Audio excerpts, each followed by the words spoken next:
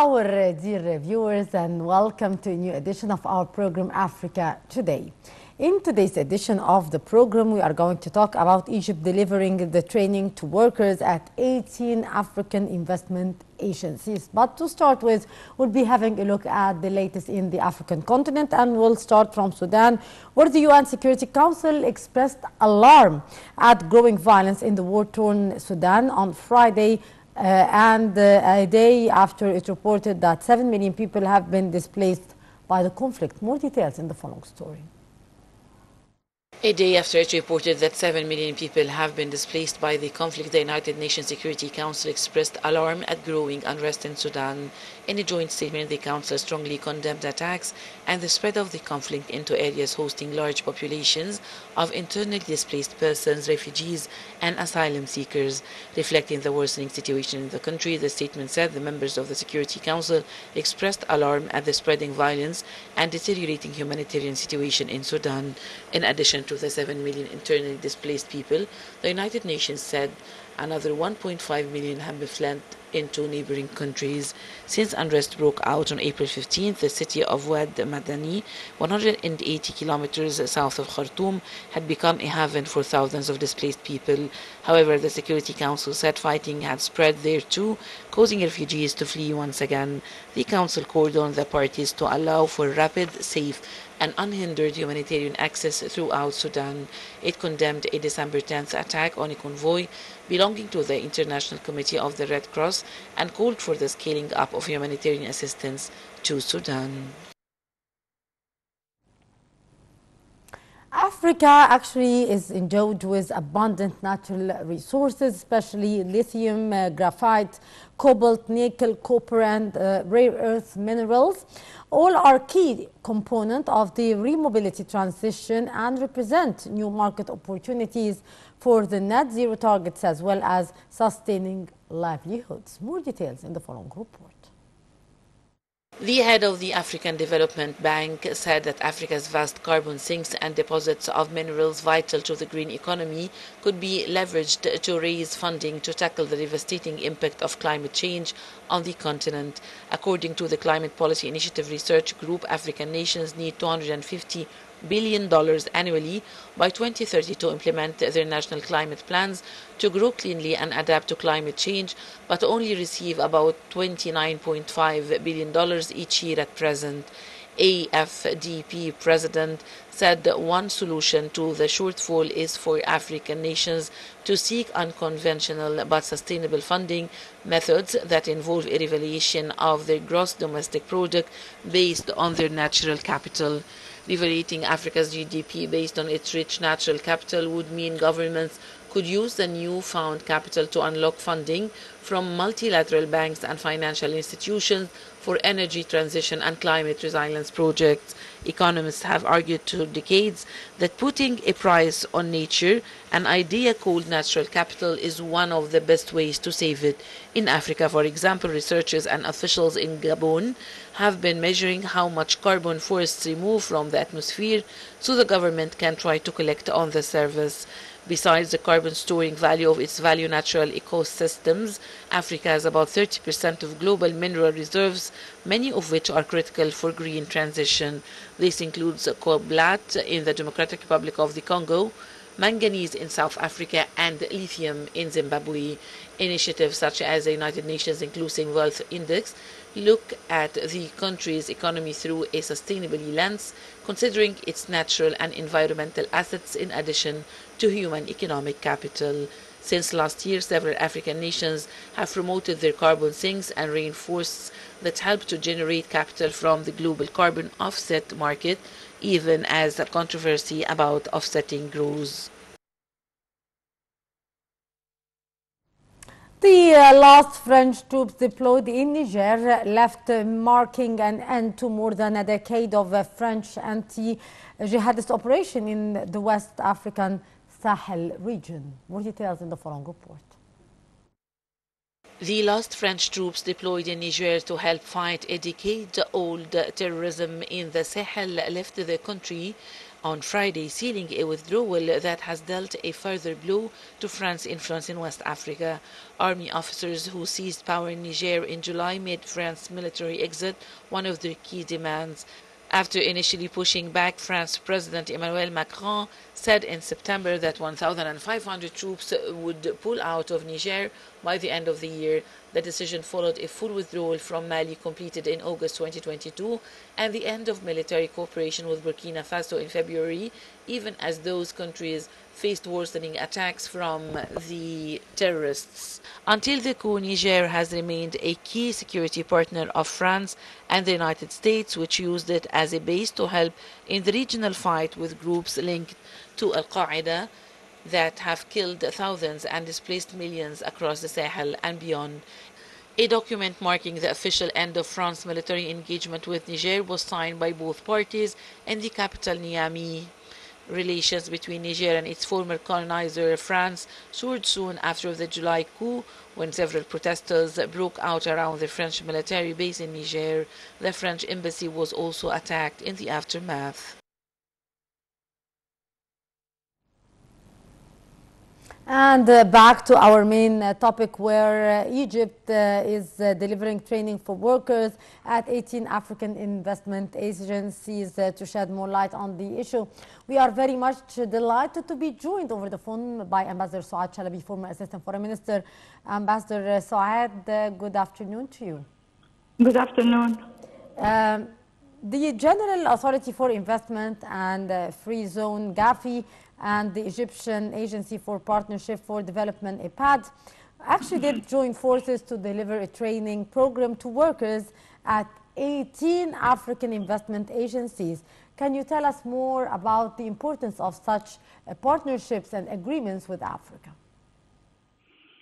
Well, as you know, that Egypt is prioritizing Africa all the time, and the agencies that work for Africa in the Ministry of Foreign Affairs or in the Ministry of Industry are also prioritizing Africa. And training of workers and of technical people in both fields, in industry and manufacturing and in trade, is very important for Egypt and for the African countries who are attending these courses, because usually the integration of these workers into the market, the labor market, is very important, especially that the manufacturing goods that are traded between Egypt and other African countries are increasing, and this is a very good sign that Egypt and its brotherly African countries are increasing their cooperation in the field of trade and industry. Yeah.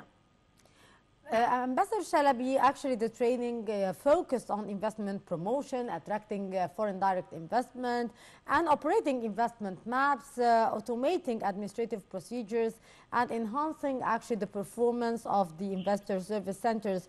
What are, from your point of view, the factors that support Egypt's status as a regional gateway for the trade and investment? Egypt has a lot of potential for investment, and there has been many partners from international partners wanting to invest in Egypt because of the low salaries of the workers. So it's mainly depending on industries that use more labor force. So it's low on labor, and also it is cheap labor, and also it's cheap raw materials. So the investments that are happening are whether in the green projects, the investment for the climate, or the manufacturing of fabrics, or manufacturing of hardware for industry. All these are sectors that Egypt is prioritizing and has an edge over other African countries, especially that we get the know-how from the investors who are in Western countries. So they provide the know-how, and we provide the labor. Yes. And of course, the funding is coming from collaterals and from banks. Yes. And investment agencies. Yes. Ambassador Chalabi, actually, how do you view Egypt's leading role in African continent in many fields and domains? So you see that Egypt has been very close in the past 10 years. There has been many bilateral visits and summit visits, and it has mainly been very active in the role in COMESA or in the African Free Trade Area or in African Union agencies. So the role of Egypt has been increasing even after COP26. It has been, COP27, even after COP27, it has started to play a bigger role in the climate change of African countries and funding, using the funds that are available in the Global Fund for projects that are benefiting the climate of African countries to face the damages that has been facing in the climate of Africa. And of course, the role of Egypt in drafting the 2030 strategic agenda for development, and also in the African Agenda 2063, the role of Egypt has been very, very active in many fields, especially in the field of food security and in renewable energy and also in green hydrogen. Yes. Ambassador Chalabi, do you agree that forming partnerships between international investors, the public sector, and the multilateral financial institutions can actually play a crucial role in reducing the cost of the capital, which is actually significant to the energy investment in the developing countries? Yes, of course, it is very, very good that Egypt uses the International Monetary Fund and the World Bank, and of course to invest or attract FDIs into infrastructure, and of course in projects that will benefit not only Egypt but will benefit the African countries, whether in the south or in the north or in the east or the west, because any project that Egypt is going to host is going in Egypt, it will be like a joint venture. It will be promoting of regional agricultural cooperation or regional industrial cooperation. It will expand the sector of trade and investment. So it will benefit both Egypt and the partners in Africa. Yes. How is Africa's free trade area is an opportunity actually for recovery and development in the continent? This is, of course, the future of trade in Africa, because lifting the barriers between trade and between the movement of services also is very important, movement of personnel between countries in Africa. So little by little, we are trying to increase the trade and to lift the barriers between Egypt and other African countries. After 52 countries have already been part of this agreement, and it is going to benefit all countries because of the focus on the imports and the exports between African countries and each other. So Yes. it is globally they are going to have a percentage of the trade in the world, like as African countries already have only 13%. No, this is going to be Yes. increasing after the AFCA accords Yes. are implemented. Indeed. Ambassador Suad Shalabi, former Assistant Foreign Minister, thank you so much for your precious input. Always a pleasure to have you with us. Our dear viewers, with that, we come to the end of this edition of our program, Africa Today. Till tomorrow with another crew, I'm Haiti Rabia signing off. Many thanks for watching.